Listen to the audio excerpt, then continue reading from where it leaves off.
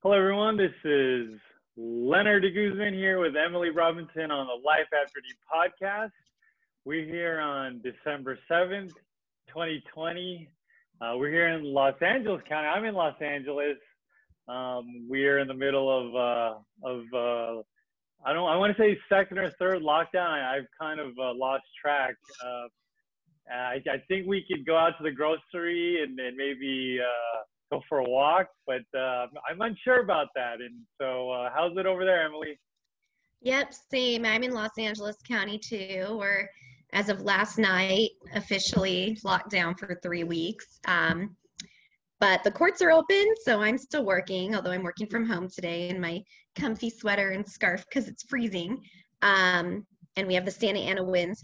Somehow we're in lockdown in the middle of December. It's freezing cold and there's a fire watch all at the same time. I don't understand how that happens, but that's where we are. So if there is a fire, we're told not to leave. We're on lockdown. There's nowhere to go. There's nowhere to go. A mess. They can't set up typical shelters because of COVID. So I heard they're giving people hotel vouchers. Okay. That's all they can really do. So how's this all work? I know you said courts open, like with divorce. How does how does it work with families who are, how do you say, splintered families, or with the kids and everything? Does that play an effect? So courts are still open. We're having the typical disputes about, this person's traveling, so I don't feel comfortable sharing custody, and we're having to deal with all of that. That's been a big issue.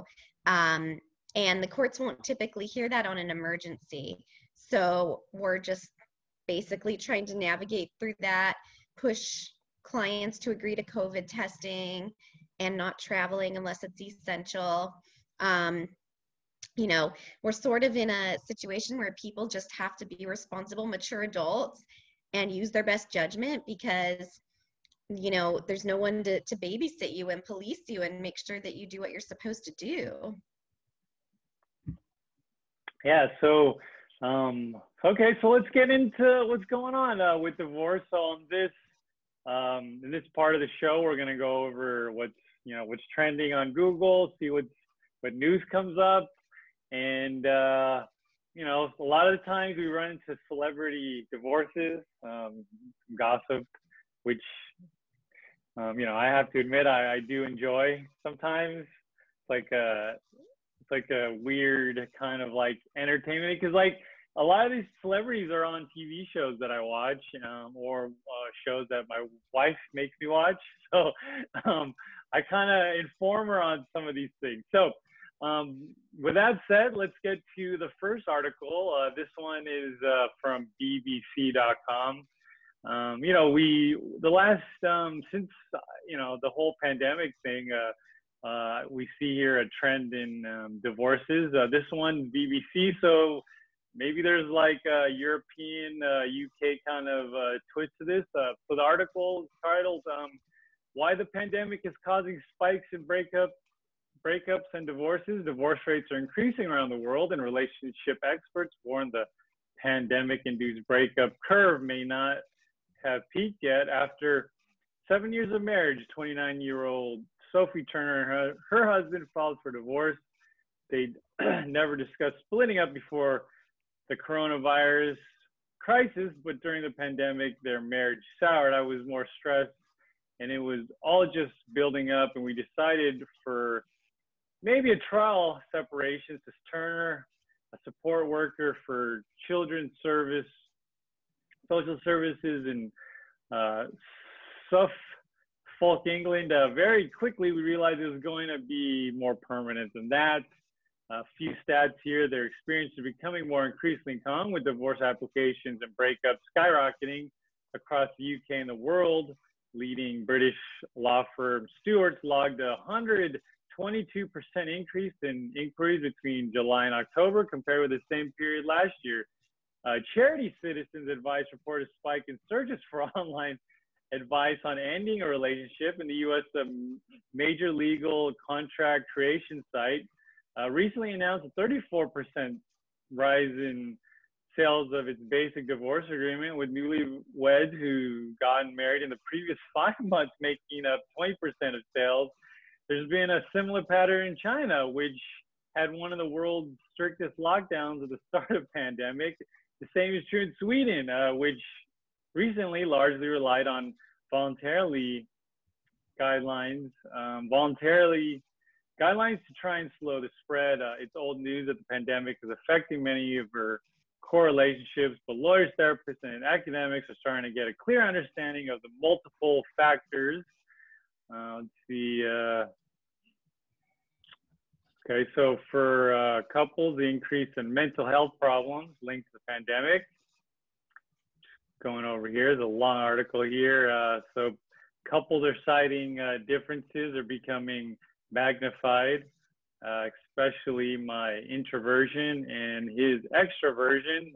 Someone says there's marital strife. Domestic abuse. Okay, so this can be caused by anxiety, anger, frustration, as well as increased likelihood of domestic abuse.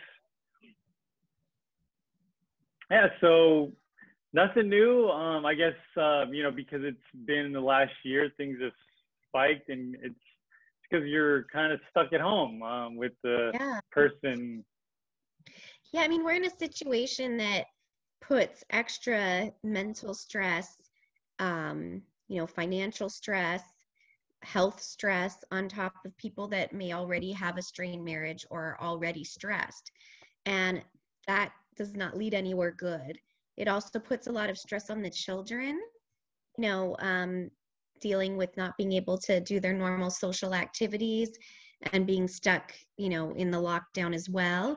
And that stress on the children puts further stress on the parents, and parents might not agree on, you know, how rigorous you need to be with the stay-at-home orders and things like that. So we're just people who are already in a stressful situation are now put into a further pressure cooker from these environmental factors. And like the article says, it's affecting people's mental health and everything. So, you know, now a bunch of businesses just had to close again today. So it's affecting their finances and their livelihood. So it's to be expected that, you know, unfortunately, divorces would go up. I'm sure mental health, you know, needs are going up. Crime may be going up. I mean, a lot of bad things are coming out of this. Yeah. So, okay. I guess this is the first. It's not the first. It's maybe the third or fourth article. I assume there'll be more. It's just something that we're gonna have to continue to monitor. Okay, the next article is from people.com, Real Housewives. Real House, it's RHOBH. Real Housewives of Beverly Hills star Erika Girardi shares cryptic tweets amid divorce and embezzlement lawsuit. High drama. Eric and Tom Girardi are being sued for allegedly using their split to embezzle money. Let's see. So the Real Housewives of Beverly Hills star, who filed for divorce from her husband of 21 years on November 3rd, are being sued by law firm Edelson PC on behalf of several families who lost loved ones in a Boeing plane crash. Okay, this is interesting.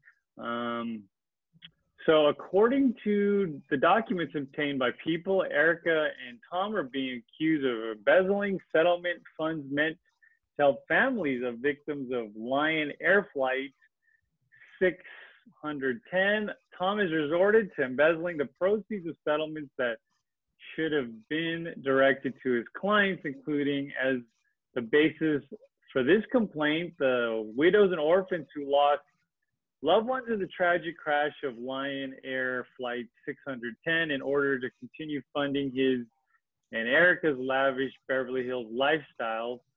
The documents state Tom's law firm, Girardi and Keith, is also named in the suit. So they're on the verge of financial collapse and locked in a downward spiral of mounting debts and dwindling funds. The allegations against the Girardi family revolve around an earlier case in the Illinois federal court related to the October 2018 crash of Boeing aircraft that departed from Jakarta, Indonesia. Let's see. Yeah, so I guess this is a kind of a weird twist to it, because the headlines I think we did it last week, and a story on this case. So I guess Girardi's an attorney who's hiding his funds through a divorce. Does this happen? Have you heard of this before? So I actually have a case right now with that law firm. So don't want to comment too much on that, but yeah, I mean, look, I can't speak to this particular case and if that's happening or not, but attorneys do unethical things. There's bad attorneys, just like there's bad cops and bad everything else that's supposed to be a good helping profession. And I have seen attorneys get disbarred for, things like this. This particular thing, I mean, attorneys have trust accounts where they, keep client funds. So it is possible to somehow set up a way to funnel funds through that, or through clients under a guise of helping a case. It's also possible to commingle funds, and unfortunately attorneys do this sometimes. So yeah, I mean, that certainly is a possibility, especially when you get, a high-powered attorney who crosses into celebrity lines. It's going to possibly be found out more easily because of the fact that there's paparazzi. But again, not to comment on whether that actually happened or not, but these are the types of things that can happen. Wow, there's two plot twists on that story. The kind of embezzlement side, and then you can't comment on. So we didn't know this. This is what happens when we kind of just improv the topic. So there you go, plot twist. You can't be an attorney in LA and not somehow end up having some of these, cases that involve celebrities. That's what happens that's one of the problems you have when you're an attorney in Los Angeles. Do you ever get starstruck? You're like, oh, that's so-and-so, like they're actually a person. Sometimes. I mean, I will say I have mostly in downtown LA courthouse, because most of the celebrities, sometimes they get private judges, but most of them go through the same, public channels that we do. When you look at the calendar posted on the wall and you see, oh, I'm in court with Britney Spears today, you're kind of like, whoa. Or when you see the paparazzi all huddled around, sometimes you're like, oh, for some reason I thought they'd be taller. You just think they're bigger than life, and you see them and they're these tiny people, and you just think, wow, they're just normal people. Yeah, who got lucky on, I think, like probably an audition, and just change everything. All right, let's see. We got a Dear Abby here, kind of old school. So from mercurynews.com. Dear Abby, I got divorced a year ago. Before it became final, there were many court appearances. My husband told my mother we were divorcing because I was unfaithful, which is true. What he didn't say was I felt neglected, abandoned, and unwanted. All things he knew because I had discussed them with him, and he ignored me. Either way, she is my mother, not his. And she showed up with him to a couple of court dates to vouch for him to have custody of our kids. I was sad, mortified, and angry. It happened with no warning. Mother and I had not severed contact. As a matter of fact, she had recently spent a week with me and our kids in our home. Our relationship had never been great, but now it's over. It's been a year since we last spoke, and I feel no remorse, no sadness, no regrets, no anger that she turned against her own daughter, regardless of what I did. I am her child. As a mother, I would never betray my children, no matter what they did. I was awarded full custody and legal custody of both of them, by the way. Is there something wrong with me for not feeling sad or missing her and being so angry after an entire year has passed? Well, that's sad, but it's unfortunately a very common situation where family members get involved and take sides. And I do see a lot where in-laws take the other person's side, not their own child. I think usually they do it with good intentions to protect the grandchildren, and they think they're doing the right thing. But I don't think that they, understand the impact that it has on the the way the family dynamic's going to be. It causes a long-lasting impact that can cause a lot of harm to the family dynamic. Sometimes it's necessary. Sometimes there's violence or something, and you might need that person's opinion to corroborate that. But it happens a lot. I think just by asking that question, that person obviously does feel some sadness in not talking to her mom, because if she felt nothing, she wouldn't even be asking this after a year or thinking about it. So I think that kind of answers her question for her. Obviously, she does feel something, and that's normal. And hopefully maybe one day she can make amends with her mom. Her mom probably had good intentions in what she was doing. Maybe not. Not everybody always does, but for the most part, people usually think they're doing it for the kids. Okay, now in this part of the show, we're gonna go kind of the same thing we just did, where people post about getting started with divorce, kind of life after divorce, and Emily kind of gives advice and tips and see if things can get better or even just ways to survive. So our first topic is a getting started one. Do I take my stuff and leave, or leave it to divide with my mentally unstable spouse later? Leaving an emotionally and financially abusive marriage of 18 years, children will be 18 before divorce is final. I may have a small window while spouse and kids on vacation leave without conflict.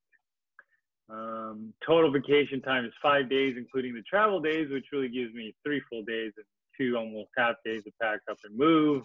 My thought with initial vacation was to rent a storage unit, move the stuff I want out, and be gone.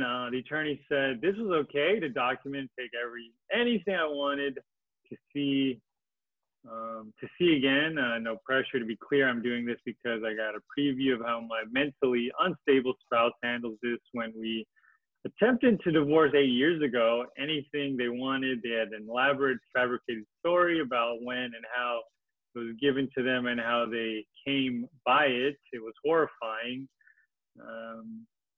Literally, I question my own sanity. I do not have a job and anticipate spousal support will make finances very tight until I get my share of the house, equity, and find a job, aiming for a buyout. My spouse has an inheritance, so I don't have to deal with spouse's lack of following through on home and family matters. Received a huge dose of fear of poverty from my family of origin. Parents grew up in poverty. This will all go down in 6 days. I will leave one way or the other. By next Thursday, I have a place lined up to stay. Any thoughts, ideas, approaches from a similar experience? Yeah, that's a tough situation. I think if somebody's mentally ill and you're scared for your safety, then that probably is the way to do it. Go when there won't be conflict, and make sure you're somewhere safe so you can deal with it. I think having a lawyer is helpful because that lawyer can be a buffer to some degree. to keep, communicate with your spouse or keep you protected. Unfortunately, you're going to have to deal with this person no matter what, because they own half the stuff. So I think the best thing you can do is just put yourself in the least conflict-ridden situations as possible. Get out of the house, like that person was doing. Hopefully, it sounds like the kids are almost 18. If you can wait till they're all 18, that's ideal, because then you have one less big issue you got to deal with. And just make sure you have an attorney or some kind of advocate to protect you and be a communication source, so you can't get abused by the person who is mentally ill. Okay, this is our last post. This one is one about finances. Have you ever left your spouse who couldn't support themselves financially? I plan on separating from my alcoholic wife. She refuses to stop drinking, and I've had enough. I have no kids, don't own a home, just our own cars and 3 cats. I make enough to support myself, but have a small business that barely makes $500 a month. My lease is up in 3 months. Should I tell her I'm leaving now so she can prepare? The problem with that is I'm scared of how much the drinking and what it will bring for 3 months. I want to let her know a month before I leave my own apartment, so then I'll have a month to move out and have a safe place. Lastly, have any of you left your spouse and ended up homeless? Left and your spouse ended up homeless. My wife doesn't have any family here and very little friends, so that's my situation. That's hard.